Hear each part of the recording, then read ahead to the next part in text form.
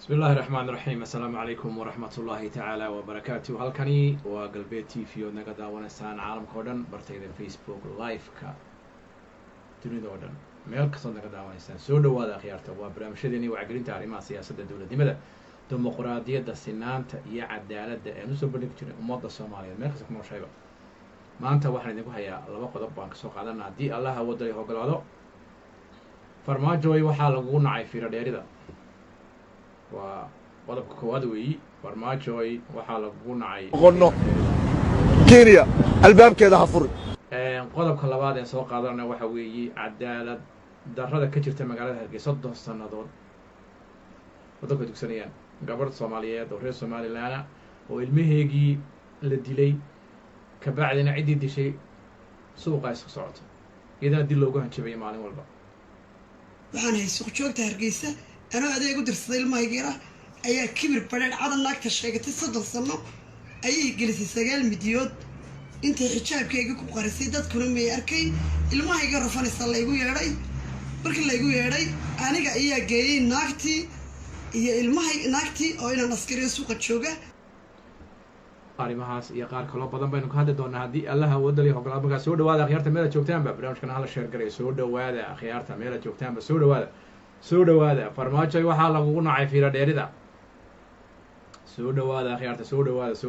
ha kaa xirnaado doorashadana ha dhacdo doorashada ha la galo ra'iisul wasaaraha maxamed xuseen rooble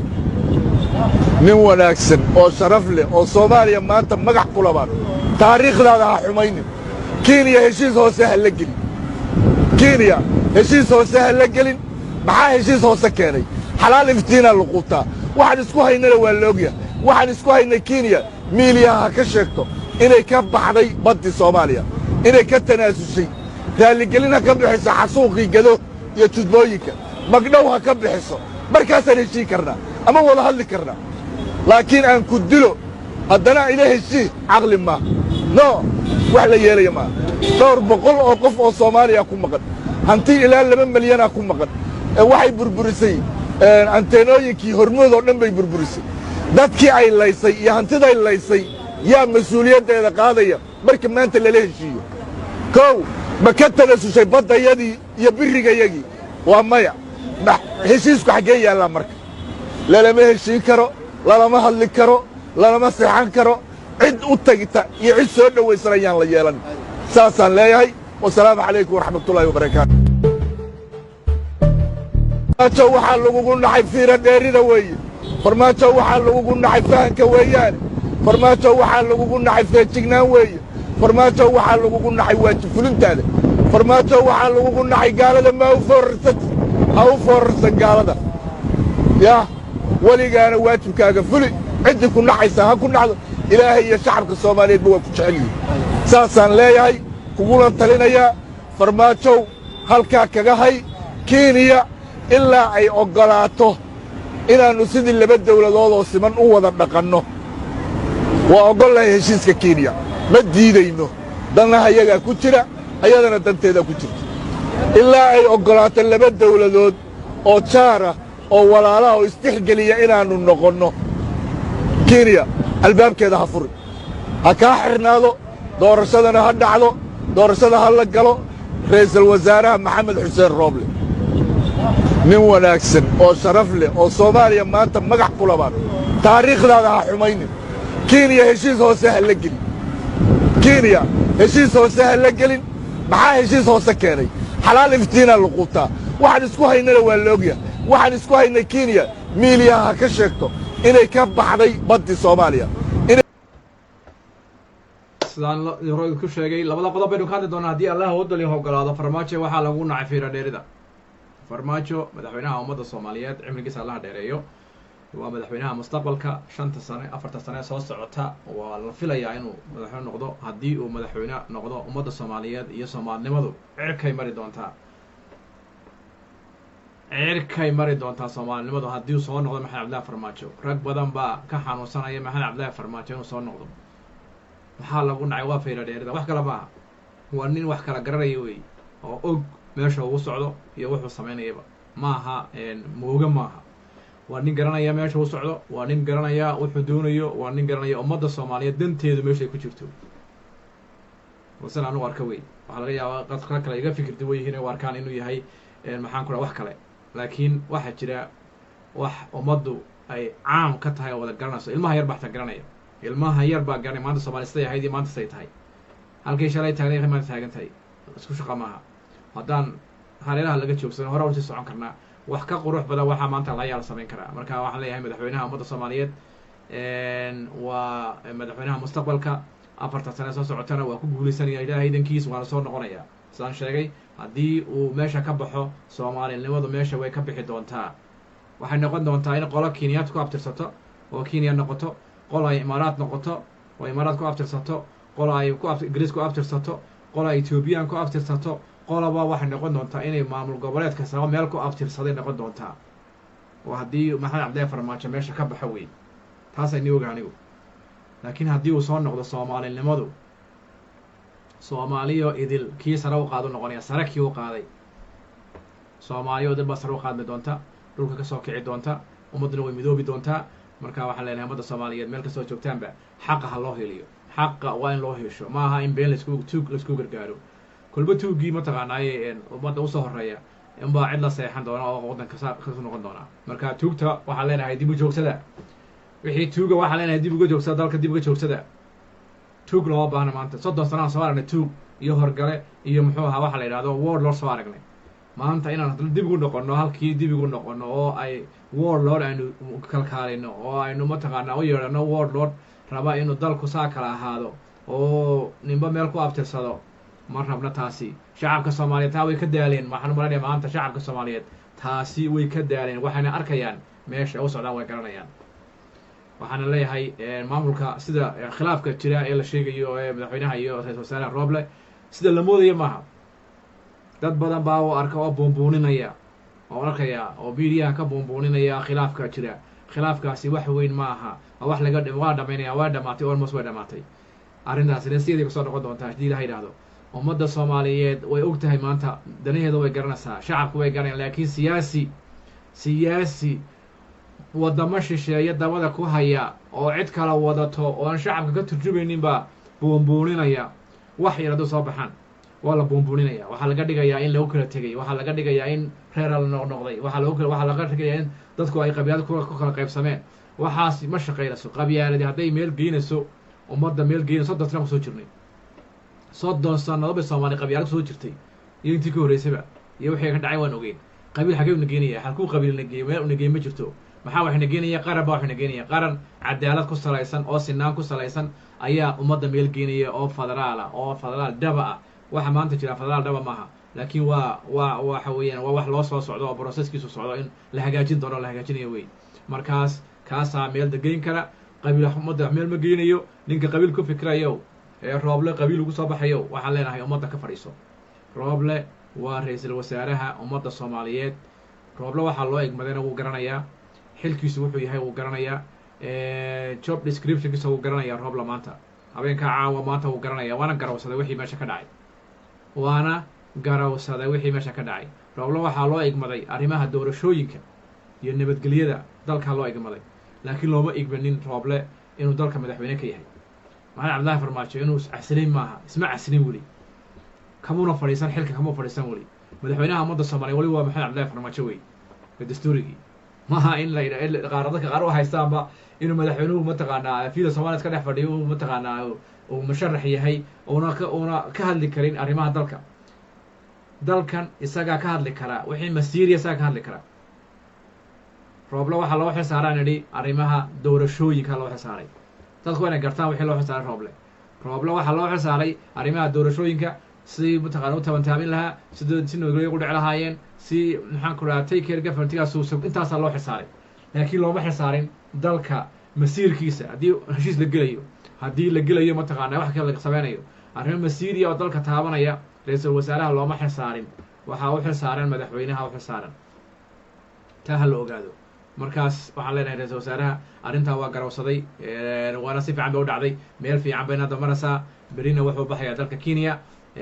khayr iyo barako. dadku ha isdejiyaan, ummadda waxaa lena isdejiya. dalku waa nabad weeyi, dalku waa nabad weey ilaahay idankii waxaan arki doonaa wataashaas oo si fiican u dhamaatay oo kusoo gabagabowday wayna socotaa meel fiican bayna maraysaa intaasaan idin ogahay oon rabaa in la wadaago ummadda Soomaaliyeed waxaan leeyahay qaran baa ummadda deeqa ee qolonimo dadka ma deeqdo qolooyinka qolada ku ololeynayo ee qolooyinka media la taagan waxaan leeyahay ummadda ka fadhiista media ka fadhiista qolo meel ku geyn mayso qolo maxaa qabiil qaran ma noqdo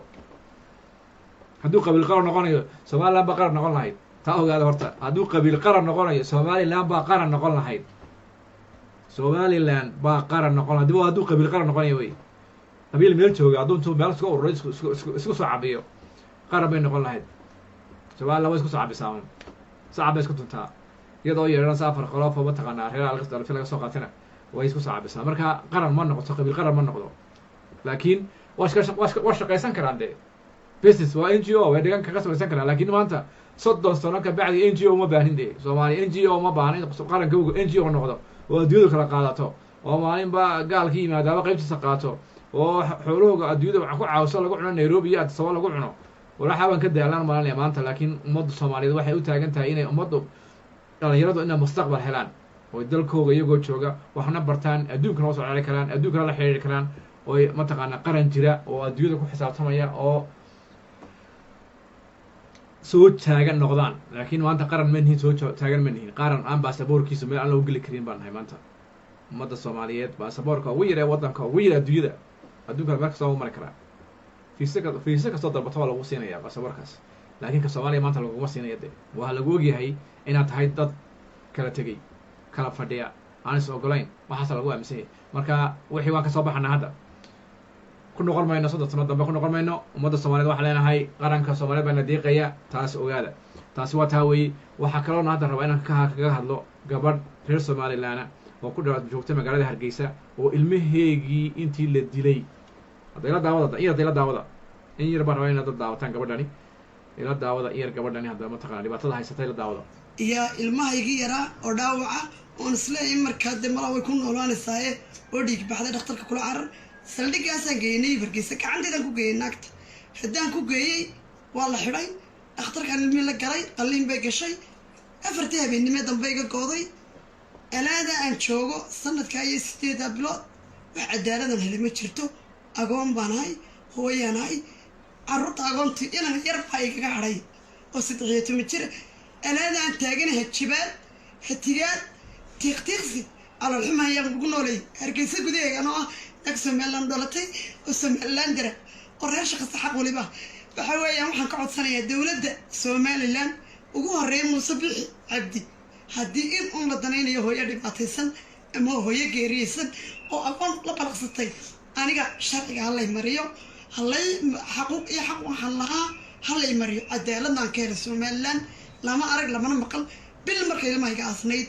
أنا جيريت بيكو عصبتي يلا يقولي ناكتب مدي كودون دونيسا وهل كان تاجن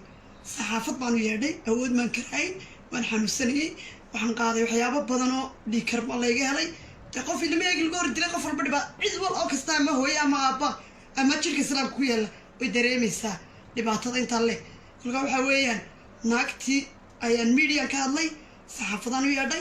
مركان هذلي قدوميها عبد قودن ayaa TV-ga qaranka loo geeyay waa la wareystay asagana naagta sii daayay xurriyadeedan sii daayay ano saama kacbada Hargeysa u taagan kan ka sugay xukun Allah xukumo kawdhe kolka wuxuu yiri uu sii daayay cadaaladda waxaan sii daayay xurriyadeeda naagta ayaa loo sii daayay sidii ba naagtii lagu soo daayay sidii baan mar labaad ugu celiyay waxa weeyaan ilaa maalintii intaydu dhimatay sanadka 8 bilood oo markii afraad la soo daayay bishii Ramadaan oo qura iyaan maxkamada tagin markaana tagina ka bacdigaan ku noqday wala sidaya la yiri naagti aabaheed baan askariya kala tirsan ciidamada sayidida aniga salay yiri kulka waxa weeyaan markaan gudoomiye cabdi qadhoon tagay waxaan ku wiri naagti wala sidaya saldhigyada tag buuqdo booliska u tag boolisna daarnkayga shaqo ku mulayna maxkamada ku shaqaleeyo dil dhan bay ku dhaco nabarima gaadhin ilmo dhammaan xabaal ku ridi mana dhici karto qof dilay oo heshiis laga gaadhin oon hooyada dhashay oon loo tagin oo suuliis laga dhigin ولا سيدا يا مدعي كرتو دخر بان لقيه شيء إلا لقيه شيء إلا سيدي ينطي الدلكة ويدخر كمليتو وكحوي الكوا حويان هو يد النفط أنت اللي هاي ستان هاي لو قلنا تختاري cid walba caaqila igu dhex caaya maxkamadda gudahooga guddoomiyaha igu dhan marka maqla naag waalan weeyaan naagta waalan iga saara ma waalin mana waxbana ma qabo dhibta haysatana ilaah raxmaan bay iga cawili kara haddii in uun cadaalad ka jirto somaliland deg deg cadaaladdeeda aanu hela anigu naag somalilander amanahay ubadkaygu waa somalilander aabahood 9 qumac baa ku jiro raggii asal musa dagaalamay dalka u saalgamay buu aabahood waxa weeyaan maanta caruurtiisii awlaadiisii saasa laga gay inanka yar ee uu ka tegay ee agoonka eena taayar in lamaynayo waa 17 jir alle xaq lagu caabudan ku dhaartay iskuulka aanan awoodi karin baan gaadhi saaray oo ka bixiya lacag ilaahay mooye aadami ima oga ma hadduu yar ciyaarta u baxo wadnaayigu ma karna waxaa laleeyahay naagta baalkan midi daydayso ilmahaagi daydaysa maragii markhaati balle in badan dadku way ogyihiin ka waxaa weeyaan qof dil gaystay oo qofkii dilka loo ilmihiisii lahaaseen halka taagan yahay cadaaladda soo daysay ee uf saxeexday xorriyadda halkii laga helaa soo adduunkaba kuma taalo waxa weeyaan iyada haddii si waxaan maalayaa gabadhaasi waad dhegaysateen waanad fahanteen dhibaatada haysataa gabadhay dhashay baa gabadhii dishay way midi gelisay gabadhii dhakhtarkay la gashay gabadhii way dhibatay waa lasoo aasay gabadhii waa lasoo qabtay waa la xidhay gabadhii markay dhakhtarkii kasoo baxday waxay u aragtay gabadhii oo layidhi iyadaa midi kugu raadinaysaba hadda waa gabadha dishay ee gabadhii lasoo aasay allah naxariista lasoo aasay gabadhii yarada soo aasay ayaaba hooyadii dhashay baa midi ku raadinaysaa saldhiggii laga soo daayay oo layidhi xorriyaddeeda loo soo daynayaa hore waa dhacday oo dee waa kuwa cawar xareed iyo mataqaanaa iyo muuse biixi iyo maxaan ku rahdaa iyo dhinka la yidhaahdo muxuu ahaa abiib timaacad iyo rag badanba waa kuwa iska jooga dee mataqaanaa adalkase qaar xukumaan dad xukumaan ummad xukumaanba ku dadka laayay nuuc taani iyo waa rag way joogaan oo adiga arkay dad bay xukumaanba oo ciidamay xukumaan oo dal bay madaxweyne ka sheeganayaanba ku dadka laayay hadda sidaasaa ku dhacday gabadhan cadaaladdu markaa somaliland taalla wataas dadka qaar baa arkur malaha in beelaha darafyada on mataqaanaa dhibaatooyinka lagu sameeyo beesha dhexe lafteedu waa adiga arkaya gabadhaasi waa gabadh reer hargeysada dhibtaasa ku dhacday ilaa haddana cadaalad bay raadinaysaa cadaalad bay raadinaysaa inay ilmahaygii u hesho oo iyadu hesho waxay tihi ilmahaygii kale hal ilmo kale oo wiila oo 13 jira ayaa iga hadhay anigoon awoodin baan gaadhi saaraa si haddii uu lugeeyo inaan waxaan ka baqayaa inay meelahan midi lagu gasho adina dib loo geliyo oo halkii tiyada martay la mariyo waayo naagtiiba waxaa tihi halkan mudida taagan boo kale waan dilayaa ilmahaan dilayaa iyo adna baa ku dilayaa waa idinkaa maqlaya waa cadaaladda taala hargeysa wey qofku dadku haddii cadaaladda waayaana dee waa dhulku suuna waa la garanaya qof baa ilaahay mataqaana ummadda ilad mataqaana ku halaaga dhibaatada taala hargeysa waa idinka arkaya cadaaladda hargeysa taala waa idinka arkaya beri baa nin baa wuxuu odhan jiray maraan maxkamadda ka hargeysa ku walay nin baa wuxuu ihi haddii loo baahdo markhaati maxkamadda geeyo xaggaasan hordaayo soo toosiya cadaaladda hargeysa taala wataa wey nin baa wax ku dhaaranaya waxuuna ogeyn una maqal qaad buu rabaa haddaad tiyaaraha qaadkaa ku qaadaya uu kugu dhaaranaya wuxuu leeyahy haddaad markhaati u baahato halkan geedahaasan hordaayo soo toosiya cadaaladda taala hargeysa wey cadligaasa hargeysa yaalla reer somaliland la hadlaya qoliga reer somaliland sheegana la hadlaya reer somaliland sheegta cadaaladda taala hargeysa wataasi wataasaad dugsanaysaan ood u haysataan qaran iyo u haysataan qof dilay qof dakray bata gabadhaas waxay tii qof dakray baa ilaa iyo laga heshiiyey aan la soo daynin qof dilna banaanku jooga hadda qof dilay baa banaanka jooga can you imagine qof dilay naf bili aadana gooyey ayaa la soo daynayaa kii oo ciqaab iyo mataqaanaa heshiis midna aan lagu qaadin haye balada ka warrama marka hadda balada warrama reer somaliland balada warrama hadda warka soo daaya dee waxaad la aaminsantihiin balada warka sii daaya waxaad tidhahdaan waxaasi waa cadaalad iyo cadaalad maaha balda miduu sheega bal waxaa arrinkan waxuu ku sheega qof dad dilay oo la xidhay oo la soo daayo banaanka maraya kii oo aan laga heshinin kiiskii oon cidi ka heshiin baa banaanka la maraya marka balada ka warrama xaaladdaa ka warrama xaaladaasi soo xaalad adag maaha gabadhaasi xaalad adag bay ka warramaysaa cadaalad bay u baahan tahay justice bay u baahan tahay in hesho ilmaheygii baa la dilay iyadii baa midi lagu raadinaya oo mataqaanaa weliba dhibana haddana sii dhiban wey oo tiri kii maxkamadda joogaa ile way waalantayle caaqilkii baa caaya tiri mataqaanaa la dembi waxaad ka sheekeynaysaa waa beenka way ka sheekeynaysaa waxay leedahay gabadhaydii baan aasay oo u dhimatay dhaawacii gabadhu soo gaarsiisay oo 9 midiyood baa la geliyay tiri 9 jeer baa midi la gashay waxdii tarkii ku gashay ku dhimatay lagu soo aasay oo been bay sheegaysaa cadaalad wata cadaaladu ninba qaar baa waxa cadaalad ka sugaya oo leh saami qaybsi baan rabnaa iyo Somaliland baan la yiraahdaa iyo waxaasay qaar ku fikirayaan ka sheekeeyaan waxaan leeyahay waxba kama jiraan waxaasi laan wax jira maaha jabhad baa haysata meesha waa jabhad ku shaqaysanaysa oo aniga alaam ninka markhaatiga wuxuu leeyahay geedkaasaan hurdaay soo toosiya haddaad markhaati u baahato anay ku dhacday saasi oo leeyahay haddaad markhaati u baahataan geedkaasaan hurudnaan soo kici oo maxaad qabanaysaa dee waan idinku dhaaranayaa oo maadna taqaanaa dee maayane waana jaadka baad iska bixina waa kugu dhaaranaya buu kuleeyahay jaadkun baad iska bixina waa kugu dhaaranaya waxaad u baahan tahayba waa dhacdaan kadi waa dhacday waa soo arkay anigu marka ummadda reer waqooyiga waxaan leeyahay baraaruga oo wax arka oo wax maqla bal inta meesha joogtaa haddaad inta Soomaaliyeed bal cadaalad u sameeya bal gabadha cadaalad u sameeya kumaankum noocaas oo dulman baa jira oo mataqaanaan ogahay anigoon garanayo kumaankum baa jira dhibana ah oo la dulmay oo dulmi saal loo dulmayo marka laan waxaan leeyahay wax jira maaha waa ururkaasaan idhi meesha jabhadu haysato muusabixi oo dhagar qabayhi oo ceel qabaaha ina kaahin oo ceel qabaa nuux baastoo ceel qabaa saddexdaan nin baad aniga garanaysaan iyo daba lule oo hadda kusoo biiray afartaan nin waa meel niman askara wey 4 nin oo askara ayaa dalka waqooyi oo dhan maanta hor fadhiya waa korneylo ceel qabayaala korneyl hadduu yahay waa ceel qabe askari ceel qabaa askari ceel qabaa moogtahay askari jaahilaan ka amar qaataa moogtahay askari jaahila maxkamad hadday noqoto cadaaladda ummaddu wax ma qaadanayso months ma qaadanayso 2 to 3 months bay qaataan cadaalada sameeyo dadka loo sameeyo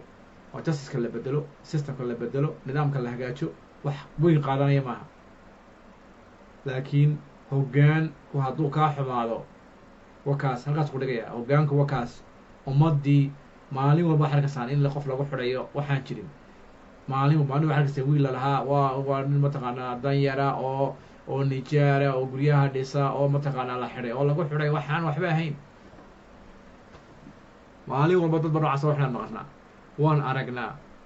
waaniga adhi kuwii dadka laaya dariiqa ku laayay kuwii seemaha dadka ku laayay baa suuqa maraya iyadoon laga heshiinin waxaasoo dhani waxay ka mid tahay cadaalad darrada ka mid tahay bal ninkii dilay suuqa maraya ka warrama kii dilay ayaa suuqa maraya walaalkii u arkayaa adeerkii u arkayaa aabbiyi u arkayaa waxna ma samayn karaan dadkii gabadhaasi waxa ma samayn karto inanteedii baa la dilay la aasay waxaan ku dhahdaa waxa iyadii baa laleeyahy way waalan tahay iyadii baa leeyahy maxkamadda ka saara iyadii baa midi lagu raadinayaa ilmihii kalaa midi lagu raadinaya bal hadda ka warrama waxaas ma waxaasa dowlad sheeganaysa ma waxaasa system sheegan kara ma waxaasa sheegan kara nidaam sheegan kara ma waxaasa dastuur meel wax lagu maamulo leh no dastuur male xeer male waxa weeyaan jabhad maamulkeeda wadatun weeyaan waxayga wadasan waxa iyada doonaysa ma samaynaysa marka ummadda Soomaaliyeed baynu suganaa reer waqooyow ummad Soomaaliyeed baynu suganaa wax kale ma sugan ummad Soomaaliyeed baynu suganaaye intaan ummadda Soomaaliyeed la sugayo isku imanayso ummadda dadka cadaalad loo sameeyo simple waa intaas dadka cadaaladaha loo sameeyo hadda waan ognahay dadka imsa xidhan oo jeelka ku jira oo muddo dhaafay oo 15 sano 16 sano dhaafitaankoodii wixii lagu xukumay intay dhamaysteen rahaamad loo haystaa ilaa hadda danyartii reer awdala oo ilaa hadda xidhan yihiin ilaa hadda way xidhan yihiin reertii reer awdala way xidhan yihiin ee lagu xidhay calanka ummadda Soomaaliyeed baa qaadateen mare buluugaad qaadateen lagu xidhay ilaa hadday xidhan yihiin marka waxaan leenahay ummadda baraaruga oo wax arka oo wax maqlaan leenahay cadaaladda gabadhaha cadaalad loo sameeyo ummadduna ha ogaato cadaalad darrada ka jirta waqooyigu inay tahay meeshii ugu hooseysay marayso meeshii ugu hooseysay maraysaa dadku waa haddii waddanka jabhada qabsato bal waddanka Rwanda u eeg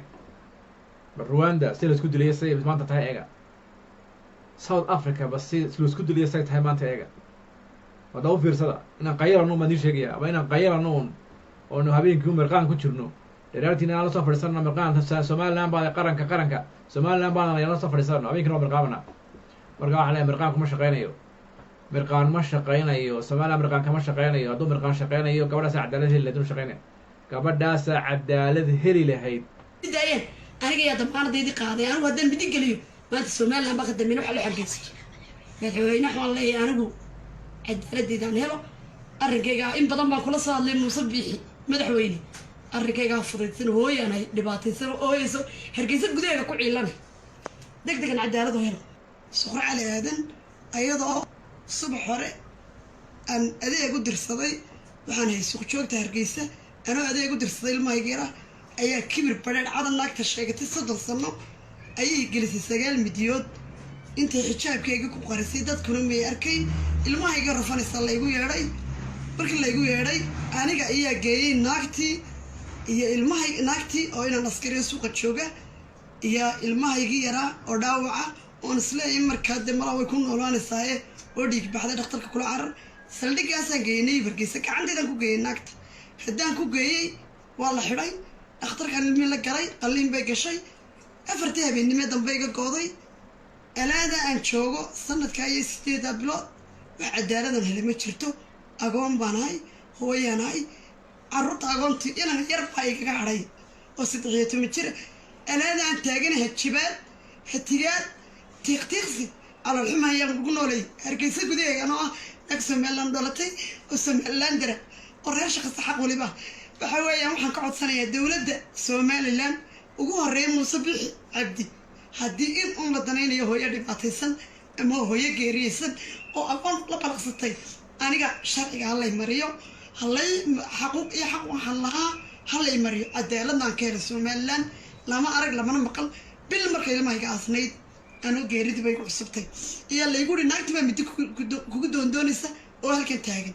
صحافة بانو يردي أود من كراي ونحمسني وحنقاضي وحيابة بدنو دي كرب الله يجهلي تقف اللي ما يقول جور دي قفل بدي بقى عيد والله كستان ما هو يا ما أبا أما تشيل سلام كويلا ويدري مسا اللي بعتضين طلع كل قام حويا ناكتي أيان ميديا كارلي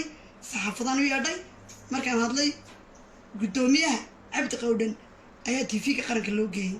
waa la wareystay asagana naagta sii daayay xurriyadeedana sii daayay anoo saama kacbada Hargeysa u taagan kan ka sugay xukun Allah xukumo kawdhe kolka wuxuu yiri uu sii daayay cadaaladdeeda waxaan sii daayay xurriyadeeda naagta ayaa loo sii daayay sidii ba naagtii lagu soo daayay sidii baan mar labaad ugu celiyay waxa weeyaan ilaa maalintii intaydu dhimatay sanadka 8 bilood oo markii afraad la soo daayay bishii Ramadaan oo qura iyaan maxkamada tagin markaana tagina kabacdigaan ku noqday wala sidaya la yiri naagti aabaheed baan askariya kala tirsan ciidamada sayidaan iska la yiri kulka waxa weeyaan markaan gud aabaheed baa askariya wadiga marqaya walaal suqra aadan cali waxaan leenahay waxa ka soo gaari doona farmaajo dawladda qowmada Soomaaliyeed baa ka soo gaari doonta oo cadaalad ku sameyn doonta oo maxkamad horkeeni doonta waa sugan insha Allah umaleyn maayo Muuse cadaalad ku sameynayo umaleyn maayo in Hargeysa cadaalad ku sameynayso Muuse inta la joogta nooc taana iyo nooc baasta iyo ka mid yihiin iyo muxuu ahaayeen iyo inad kaahiniyo iyo dabalulay ka mid yihiin umaleyn maayo in cadaalad ku sameynayaan laakiin ummadda Soomaaliyeed bay u taala cadaalad insha Allah cadaalad wad heli doonta marka khiyaarta waxaan leeyahay Soomaaliya sheegata qaranka tiraahda qaranka kaasi hooyadaas saagu oo hinaysa imise hooyo saawooya imise hooyo Muuse rasaas ku furayo dalkaas oo toogooyinka ka qaadanay oo jagooyinkooda ka qaadanay waa dalkana waxaas oo dhan waxa ku jirta waxa weey cadaalad kama jirto maamulo kama jiro jabhad baa ka jirta marka taa hal ogaado taa ogaada qaran Soomaaliyeed baynu u baahanahay markaas taasaynu u baahanahay oo ummadda Soomaaliyeed baynu u baahanahay inaynu cadaalad ku maamulo Hargeysa ka maamulo taas ay iman doonta ilaahay idankiis marka waxaan leeyahay madaxweyne farmaajo ayaa ka soo gaar doona walaal insha Allah ilaahay idankiis ka tanaasay raaligelina ka bixiso xasuuqii gado iyo judbooyinka magdhow ha ka bixiso markaasaan heshii karnaa ama wada hadli karnaa laakiin aan ku dilo haddana ila heshii caqli ma no wax la yeelaya ma dhowr boqol oo qof oo Soomaaliya ku maqan hanti ilaa 2 milyan ku maqan waxay burburisay anteenooyinkii hormood oo dhan bay burburisay dadkii ay laysay iyo hantiday laysay yaa mas-uuliyaddeeda qaadaya marka maanta lala heshiiyo kow ma ka talasushay baddayadii iyo birrigayagii waa maya heshiisku xaggee yaallaa marka lalama heshiin karo lalama hadli karo lalama seexan karo cid u tagta iyo cid soo dhowaysan ayaan la yeelan saasaan leeyahay wasalaamu calaykum waraxmatullaahi wabarakaatu